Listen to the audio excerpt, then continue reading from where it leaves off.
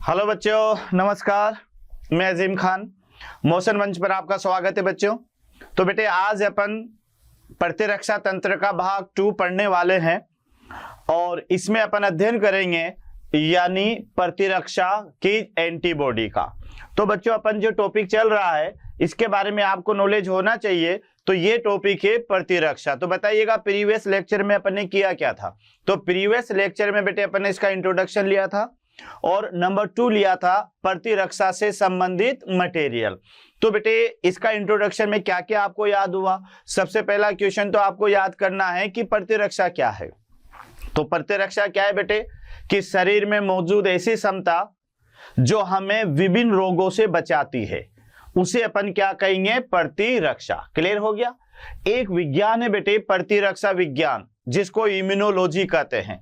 तो उसके अंदर किसका अध्ययन किया जाता है, प्रतिरक्षा का अध्ययन किया जाता है। अच्छा जल्दी से याद करो कि प्रतिरक्षा के बारे में सबसे पहले किस वैज्ञानिक ने बताया। तो बेटे ऑप्शन दो आपको, Louis Pasteur, Robert Brown, Robert Hooke, Edward Jenner. तो जवाब क्या है आपके पास में, एडवर्ड जेनर। तो एडवर्ड जेनर ने बेटे वैक्सीनेशन के बारे में भी सबसे पहले बताया। तो उसके सम्मान में इस एडवर्ड जेनर को क्या किया जाता है, यानी फादर ऑफ इम्यूनोलॉजी कहा जाता है। यहां तक भी क्लियर हुआ। फिर बेटे आपको याद रखना है कि जो प्रतिरक्षा होती है ये एंटीजन के अनुसार 2 प्रकार की होती है। 2 प्रकार की, एक तो विशिष्ट होती है बच्चों और एक अविशिष्ट होती है। जो विशिष्ट होती है वो आपने याद कर लिया होगा कि यह प्रतिरक्षा एंटीजन के प्रति विशिष्ट होगी, और जो नॉन स्पेसिफिक होती है वह एंटीजन के प्रति विशिष्ट नहीं होती है। तो यहां तक भी क्लियर हुआ। दूसरा मेरा पार्ट था यानी प्रतिरक्षा से संबंधित पदार्थ। तो बेटे प्रतिरक्षा से संबंधित 2 प्रकार के रासायनिक पदार्थ होते हैं। तो उसमें पहला तो है यानी एंटीजन, और दूसरा अभी अपन कंप्लीट करेंगे जिसका नाम होगा एंटीबॉडी। तो एंटीजन और एंटीबॉडी क्या है। तो बेटे एंटीजन जो है जिन्हें प्रतिजन भी आप कहोगे, और ये एंटीजन पॉलीसेकेराइड और प्रोटीन के बने होते हैं। और ये किस रूप में पाए जाते हैं। तो बेटे जो एंटीजन होते हैं ये एक रोगाणु या पैथोजन के रूप में पाए जाते हैं, जिसके अंदर सम्मिलित किया जाता है जीवाणु को, वायरस को या प्रोटोजोआ को। यहां तक भी क्लियर हुआ। उसके बाद में आगे अपन चलें तो बेटे दूसरा जो पार्ट आता है वो आता है हमारे पास में एंटीबॉडी। अब एंटीबॉडी क्या है। तो एंटीबॉडी यानी प्रतिरक्षी पदार्थ, और ये ग्लाइकोप्रोटीन से मिलकर बने होते हैं जो ब्लड के प्लाज्मा में भी पाए जाते हैं, और लसिका उत्तकों से ये निर्मित होते हैं, लिम्फोइड टिश्यू से ये निर्मित होते हैं, बी लिम्फोसाइट से भी ये बनते हैं। और बेटे ये जो एंटीबॉडी हैं ये एंटीजन से क्रिया करके उन एंटीजन को नष्ट करते हैं। तो फिर बेटे इसकी संरचना पे बात आए तो प्रत्येक जो एंटीबॉडी है ये 4 पॉलीपेप्टाइड श्रृंखलाओं से मिलकर बनी होती है। इन श्रृंखलाओं को अपन 2 तो बड़ी होती है जिन्हें हैवी चेन कहेंगे, और 2 छोटी होती है जिसे लाइट चेन कहेंगे। यहां तक भी क्लियर हुआ। ये जो बेटे दोनों श्रृंखलाएं हैं ये वाई आकृति के रूप में प्रेजेंट होती है और आपस में डाइसल्फाइड बॉन्ड के द्वारा जुड़ी होती है। यहां तक क्लियर हो गया। फिर आगे बेटे अपन देखते हैं कि ये जो लाइट और हैवी चेन है, क्लियर, इसमें 2 तरह के स्थल पाए जाते हैं। एक तो होगा बेटे कांस्टेंट पार्ट जिसको सीपी कहा जाता है, और एक होता है वेरिएबल पार्ट जिसे वीपी कहा जाता है।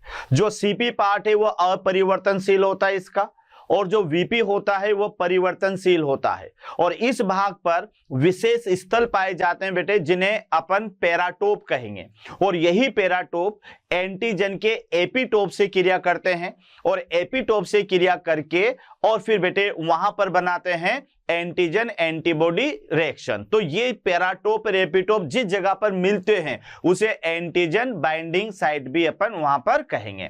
यहां तक क्लियर हो गया।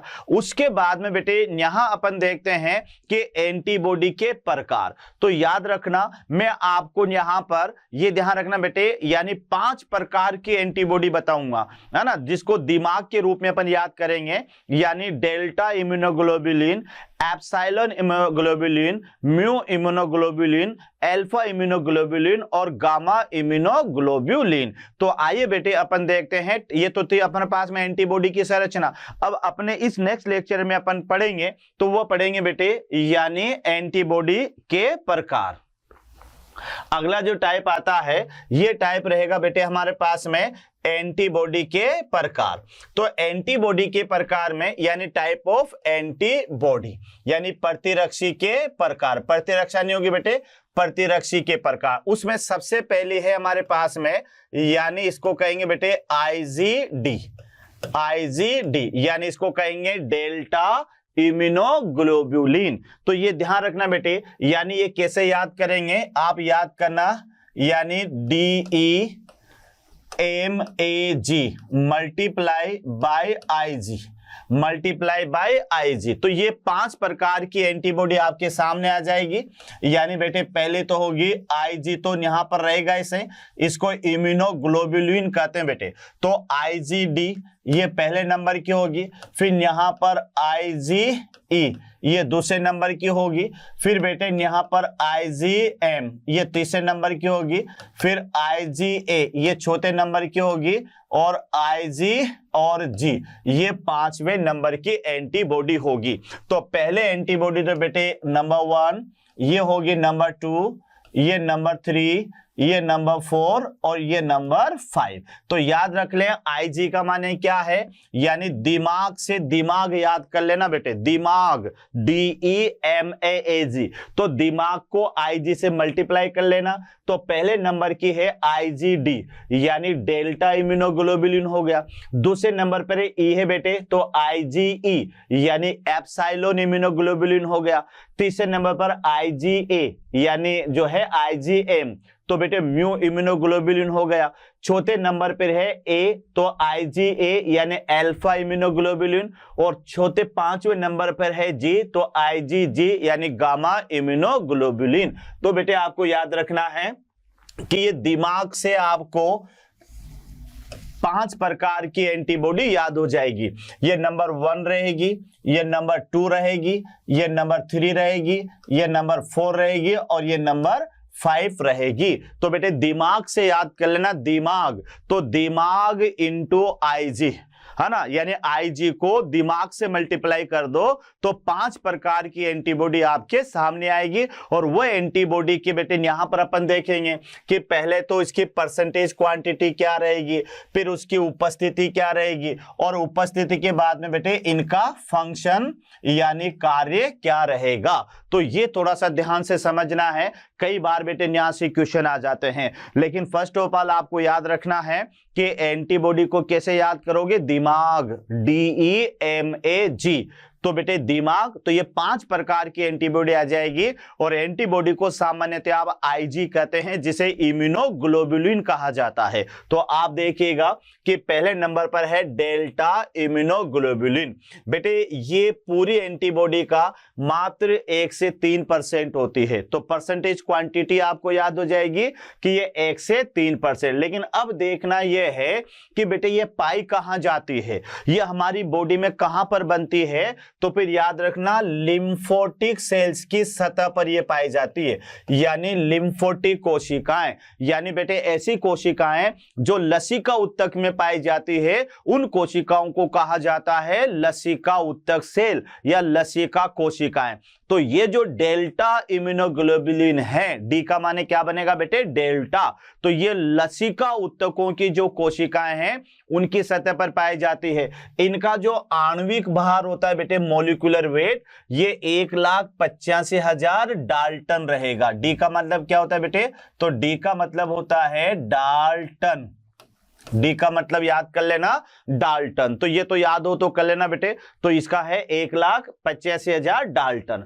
और इसमें जो पेराटोप पाए जाते हैं ये मात्र कितने होते हैं, 2 होते हैं। यानी बेटे पेराटोप ये होते हैं कि जहां पर इसकी जो श्रृंखला होती है, तो श्रृंखला में यहां पर इस तरह से ये श्रृंखला है, तो यहां पर जब एंटीजन जुड़ेगी तो इसकी जगह पर बेटे आप ध्यान से देखिएगा, तो इस तरह से यहां पर मात्र केवल कितने पेराटोप मिलेंगे आपको, यानी केवल 2। तो देखो एक तो ये वाला पेराटोप है और दूसरा ये वाला पेराटोप है। तो यहां आप देख लीजिएगा कि इसमें पेराटोप की संख्या मात्र कितनी होगी, 2 होगी, ये ध्यान रखना। तो ये एंटीबॉडी है जो लसिका कोशिकाओं की सतह पर ये बनती है। 1,85,000 इसका अणुभार होता है और इसमें पैराटोप मात्र 2 होते हैं।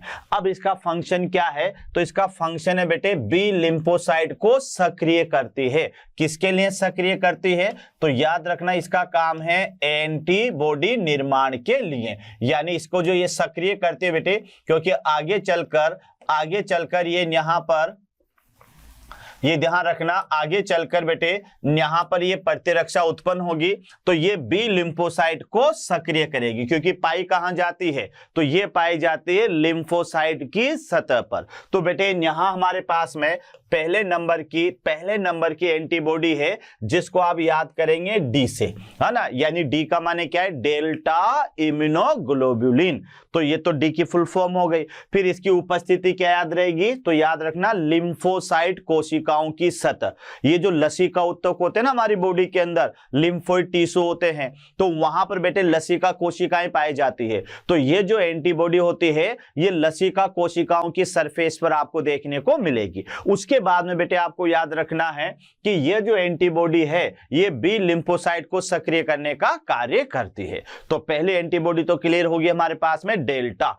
दूसरे नंबर पर बेटे ई आ रहा है, तो ई का माने क्या होगा? एप्सिलॉन। ये याद रखना है, ई का मतलब होता है एप्सिलॉन। तो ये दूसरे नंबर की एंटीबॉडी है जिसका नाम है आईजीई। तो आईजीई को कहते हैं बच्चे एप्सिलॉन इम्यूनोग्लोबुलिन, क्योंकि याद कर लेना कि यहाँ आईजी से क्या मतलब है? ये जितने भी आईजी जो लिखे हुए होने बेटे यहाँ पर, तो आईजी का मतलब होता है इम्यूनोग्लोबुलिन।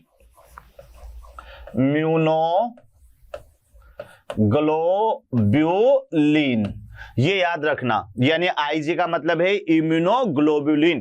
तो ये हर उसके पहले लगेगा। तो ये थोड़ा सा याद रखना बेटे कि यहां पर आईजी का मतलब है इम्यूनोग्लोबुलिन। तो दूसरे नंबर पर आ रहा है बेटे, यानी दिमाग का ई आ रहा है। तो ई का मतलब क्या याद हुआ आपको? एप्सिलॉन। तो यहां आप देख लीजिएगा एप्सिलॉन इम्यूनोग्लोबुलिन। अब ये मात्र होती है 0.05 mm, यानी इसको आप कह सकते हो यानी न्यूनतम। ये याद रखना बेटे, न्यूनतम मात्रा में पाए जाने वाली WBC अगर कोई है तो ये WBC है एप्सिलॉन। ये भी क्वेश्चन आता, अभी मैं बताऊंगा मैक्सिमम कौन सी होगी और मिनिमम कौन सी होगी। तो न्यूनतम तो पता लग गया बेटे आपको कौन सी है? IgE, जिसको एप्सिलॉन इम्यूनोग्लोबुलिन कहा जाता है। अब देखो ये कहां मिलेगी? तो बेटे ये पाई जाती है मास्ट कोशिका में, ये पाई जाएगी बेसोफिल कोशिकाओं में। अब ये दोनों समझो बेटे, जो मास्ट सेल होते हैं ना, ये होती है कनेक्टिव टिश्यू में। तो यहां मैं बता देता हूं आपको कि इसमें जो मास्ट सेल है ये तो मिलेगी यहां पर कनेक्टिव टिश्यू में, कनेक्टिव टिश्यू। और जो यहां पर दूसरी बेसोफिल सेल है, बेसोफिल, ये आपको मिलेगी ब्लड में, ये आपको देखने को मिलेगी बेटे ब्लड में। तो ये थोड़ा सा याद रखना कि ये जो एप्सिलॉन है ये एक तो मास्ट कोशिकाओं में पाई जाती है और एक पाई जाती है बेसोफिल सेल में। बेटे मास्ट कोशिकाएं, तो यहां मैं आपको बता रहा था कि मास्ट सेल जो है बहुत ही मोस्ट कॉमन कोशिका होती है जो संयोजी ऊतक में पाई जाती है। और आपको WBC का तो पता होगा, ऐसे एसिडोफिल, बेसोफिल, न्यूट्रोफिल, तो यहां पर ये बेसोफिल में पाई जाती है। तो एप्सिलॉन के बारे में याद कर लेना कि न्यूनतम मात्रा में पाई जाने वाली WBC है और ये संयोजी ऊतक की मास्ट कोशिकाएं और बेसोफिल की जो है WBC की बेसोफिल सेल में ये पाई जाती है। मोलिकुलर वेट बेटे 1,88,000 डाल्टन है और इसमें पैराटोप की संख्या भी कितनी है? 2। जैसे इसमें 2 पैराटोप है, इसे यहां पर भी 2 ही पैराटोप होंगे। उसके बाद में इसका फंक्शन देखो, तो ये मास्ट सेल को सक्रिय करती है। तो एक काम तो इसका ये हो गया बेटे, यानी मास्ट कोशिकाएं जो आगे चलकर हिस्टामिन, हिपेरिन और सीरोटोनिन, ये 3 प्रकार के पदार्थ का निर्माण करती है मास्ट कोशिका। हिपेरिन बेटे रक्त प्रतिस्कंदक पदार्थ होता है और सीरोटोनिन ये रुधिर वाहिनियों में संकुचन उत्पन्न करता है और हिस्टामिन ये रुधिर वाहिनियों में अनुशीतलन उत्पन्न करता है और एलर्जी से संबंधित भी है। तो बेटे मास्ट कोशिकाओं को सक्रिय करती है और साथ में दूसरा फंक्शन है एलर्जी से सुरक्षा भी देती है। क्योंकि मैंने आपसे क्या कहा? हिस्टामिन। तो हिस्टामिन बेटे एंटी एलर्जिक मटेरियल होता है जो एलर्जी से सुरक्षा प्रदान करता है और साथ में परजीवी से सुरक्षा भी प्रदान करती है।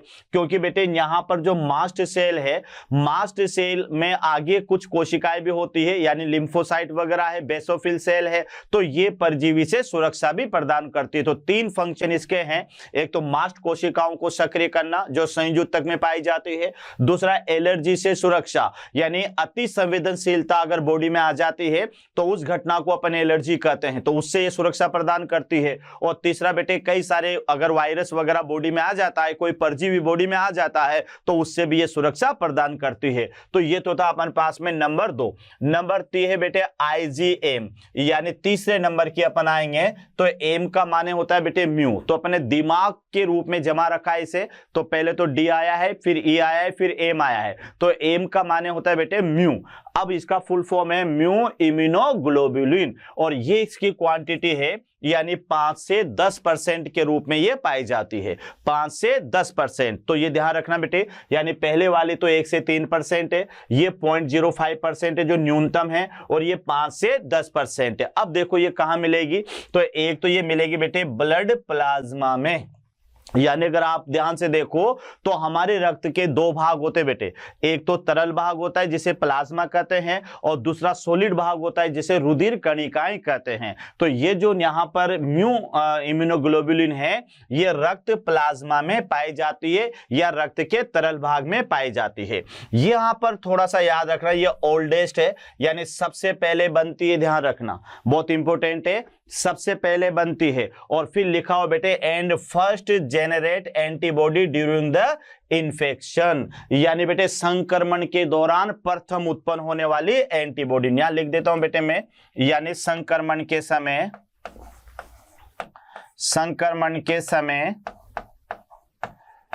प्रथम उत्पन्न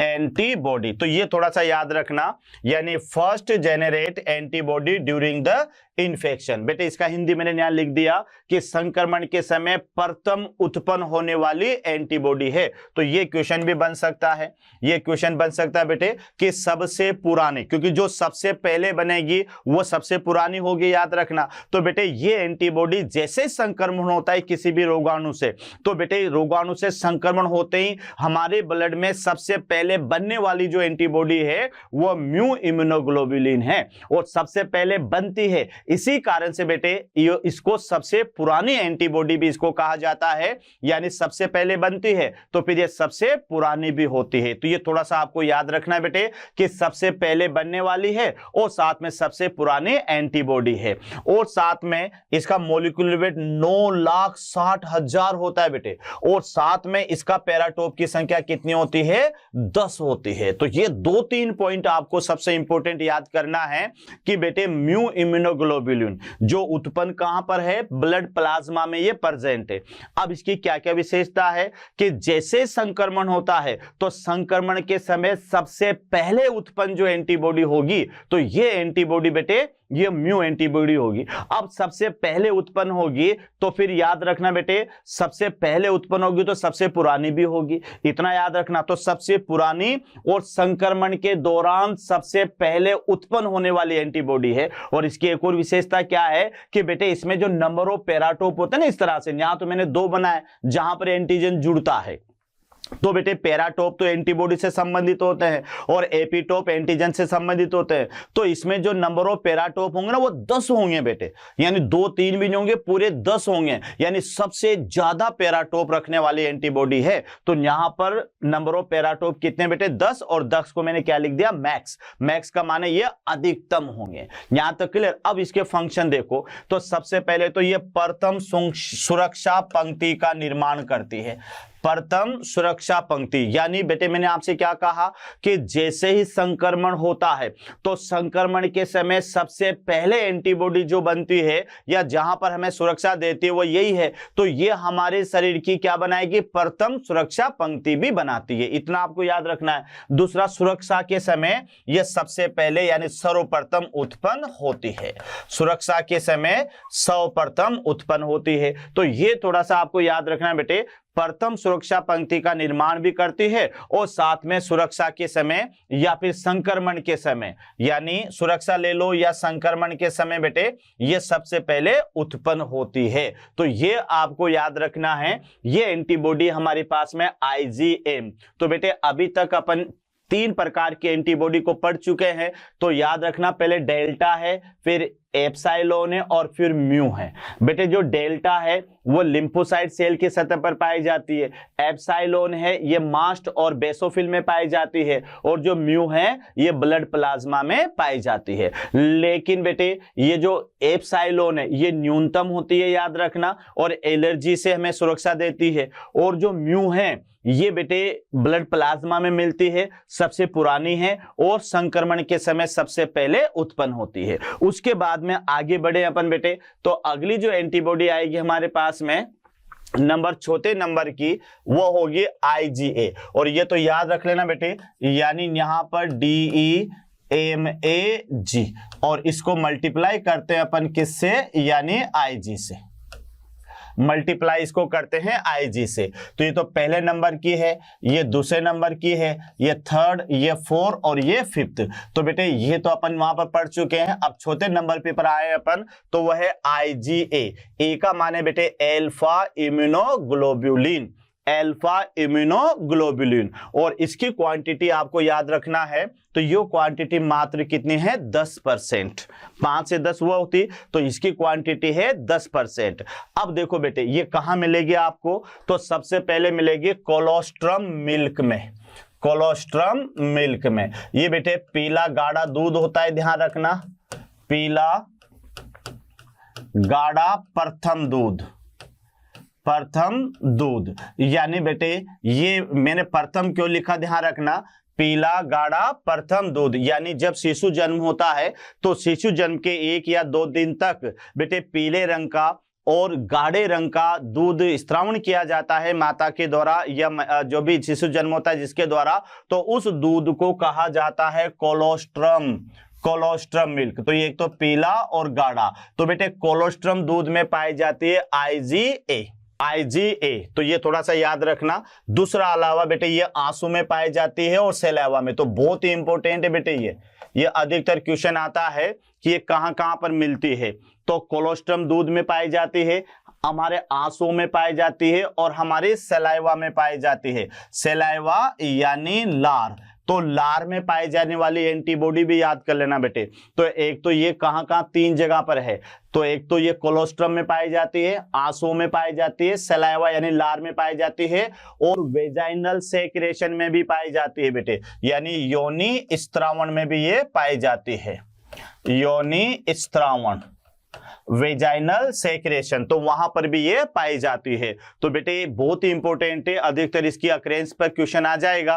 तो एक तो गाढ़े पीले रंग के दूध कोलोस्ट्रम में पाई जाती है, जो माता के दूध से बच्चों को मिलता है, और यही कारण है कि बच्चों को माता का जो शुरुआत का दूध होता है बेटे वो पिलाना चाहिए, जिससे क्या होगा, उनकी प्रतिरक्षा तंत्र मजबूत होगा, क्योंकि उस दूध में एक विशेष एंटीबॉडी पाई जाती है और उस एंटीबॉडी का नाम है IgA। एक तो ये याद रखना। दूसरा आप देखिएगा बेटे कि यहां पर ये आंसुओं में भी पाई जाती है और ये लार में भी पाई जाती है, तो ये भी वहां पर रोगाणु, देखिए बेटे कभी कभी कहते हैं ना कि जैसे मान लेते हैं आंसू में ये एंटीबॉडी है तो ये भी रोगाणु को नष्ट करेगी, लार में एंटीबॉडी पाई जाती है तो ये भी रोगाणु को नष्ट करने का कार्य करती है। तो एक तो कोलोस्ट्रम में पाई जाती है, आंसुओं में पाई जाती है, लार में पाई जाती है, और एक बेटे जो महिलाएं होती है उनकी वेजाइनल सेक्रेशन यानी योनि स्त्रावण के अंदर भी ये मिलती है। तो 4 जगह पर इसकी अक्रेंस आप देखोगे।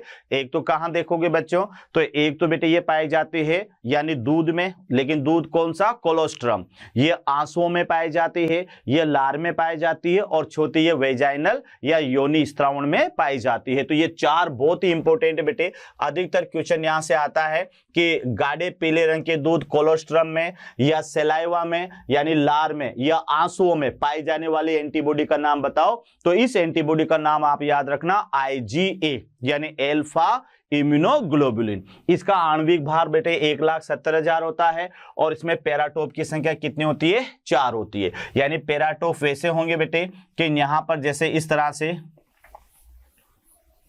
ये देखिएगा, तो यहां पर ये पेराटोप हैं, तो पेराटोप बेटे 1 2 3 और 4, तो ये इसमें पेराटोप पाए जाते हैं जिनकी संख्या 4 होगी। फंक्शन आप देख लीजिएगा, तो पहला फंक्शन है शरीर अंगों की सुरक्षा प्रदान करना, यानी बेटे जैसे लार के अंदर आइए तो ये हमारे जो है अंग है उनमें एंटीबॉडी यानी रोगाणुओं को आगे नहीं जाने देगी। तो एक तो शरीर अंगों की सतह को सुरक्षा प्रदान करना है और शरीर के भीतर आए पैथोजन से सुरक्षा करना है। पैथोजन का माने रोगाणु, तो शरीर के भीतर आए रोगाणु से सुरक्षा प्रदान करना है। तो ये थोड़ा सा आप याद रखें कि बेटे एक तो शरीर के अंगों से जो है उनकी सुरक्षा करेगी, और अगर बाय द वे शरीर के भीतर कोई रोगाणु आ भी गया तो उसे भी ये हमारे शरीर से उसकी सुरक्षा करेगी। तो ये ध्यान रख ले बेटे, ये था हमारे पास में IgA। तो IgA का माने क्या है? Alpha immunoglobulin. तो अल्फा इम्यूनोग्लोबुलिन जो कि 10% होती है बेटे क्वांटिटी में, और इसकी अक्रेंस सबसे इंपॉर्टेंट है बच्चों, याद कर लेना, मैंने स्टार लगवा दिया और जहां जहां स्टार लगवा दे वो याद कर लेना हमेशा। तो बेटे अक्रेंस में एक तो दूध है गाढ़ा जिसको कोलोस्ट्रम कहेंगे, आंसू है, लार है और योनि स्त्राव है, वहां पर ये पाई जाती है। काम इसका ये है कि अंगों की सतह पर ये उनकी सुरक्षा करती है, और शरीर के भीतर अगर कोई रोगाणु आ जाता है तो उन रोगाणुओं से भी हमारे शरीर की सुरक्षा करती है। यहां तक क्लियर। अब हमारे पास में अब आते बेटे 5वें नंबर की, जो बहुत ही इंपॉर्टेंट है ये भी, तो ये दोनों तो याद करना है इसे बेटे, IgA और IgG। तो इसके IgG का माने क्या है? गामा, तो इसको आप क्या कहोगे? Gamma immunoglobulin. अब देखो बेटे ये पाई जाती है 75 से 80%। तो इसका सीधा सा मतलब है कि ये सर्वाधिक संख्या में पाई जाने वाली एंटीबॉडी है, यानी सर्वाधिक संख्या में। तो मैक्सिमम क्वांटिटी में बेटे जो एंटीबॉडी होती है उसका नाम है यानी गामा इम्यूनोग्लोबुलिन। ये मात्र जो है 75 से 80, जबकि म्यू जो है बेटे याद रखना वो कितनी होती है? मात्र 0.05% होती है। तो वो सबसे न्यूनतम होती है, और ये आपको याद रखना है गामा इम्यूनोग्लोबुलिन ये सबसे ज्यादा। अब देखो बेटे ये कहां कहां पर देखने को मिलेगी, तो एक तो ये ध्यान रखना ये प्लेसेंटा द्वारा माता से भ्रूण में स्थानांतरित होती है। बहुत ही इंपॉर्टेंट बेटे याद रखना कि जब अपन प्रतिरक्षा पढ़ेंगे तो प्रतिरक्षा में बेटे एक होगी यहां पर पेशी वाली निष्क्रिय प्रतिरक्षा, और प्राकृतिक निष्क्रिय प्रतिरक्षा में मैं आपको बताऊंगा कि माता के शरीर से भ्रूण को जाने वाली प्रतिरक्षा है। तो माता के शरीर से प्लेसेंटा के द्वारा ये जो गामा इम्यूनोग्लोबुलिन होती है ये भ्रूण को स्थानांतरित होती है। तो एक तो ये याद रखना। उसके अलावा सबसे सामान्य पाए जाने वाली और सबसे छोटी एंटीबॉडी है, और इसका अणुभार मात्र कितना होता है? 1,46,000 ही होता है। तो बच्चों याद कर लेना कि प्लेसेंटा के द्वारा माता से भ्रूण में ट्रांसफर होने वाली प्रतिरक्षा या एंटीबॉडी उसका नाम है इम्यूनोग्लोबुलिन, और ये सबसे most common type of antibody है और सबसे छोटी एंटीबॉडी भी इसे माना जाता है। इसका कार्य यह है कि ये बेटे भ्रूण को शक्ति प्रदान करती है या उसे प्रतिरक्षा प्रदान करती है। तो कभी क्वेश्चन आ जाए, बहुत इंपॉर्टेंट क्वेश्चन है कि माता से भ्रूण को दी जाने वाली प्रतिरक्षा का नाम क्या है? तो जवाब है गामा इम्यूनोग्लोबुलिन। माता के दूध से भ्रूण या बच्चे में जाने वाली प्रतिरक्षा का नाम क्या है? तो वह है अल्फा इम्यूनोग्लोबुलिन। तो बेटे कोलोस्ट्रम दूध में या लार में या आंसुओं में उसमें पाई जाती है एंटीबॉडी, वो तो अल्फा इम्यूनोग्लोबुलिन है। और जो माता से प्लेसेंटा के द्वारा अभी जन्म नहीं हुआ है भ्रूण का, है ना, तो माता से प्लेसेंटा के द्वारा उसके भ्रूण में जो प्रतिरक्षा दी जाती है तो यह प्रतिरक्षा होती है गामा इम्यूनोग्लोबुलिन। तो यहां तक क्लियर। तो ये था बेटे हमारे पास में टाइप ऑफ एंटीबॉडी। आगे बढ़ते हैं अपन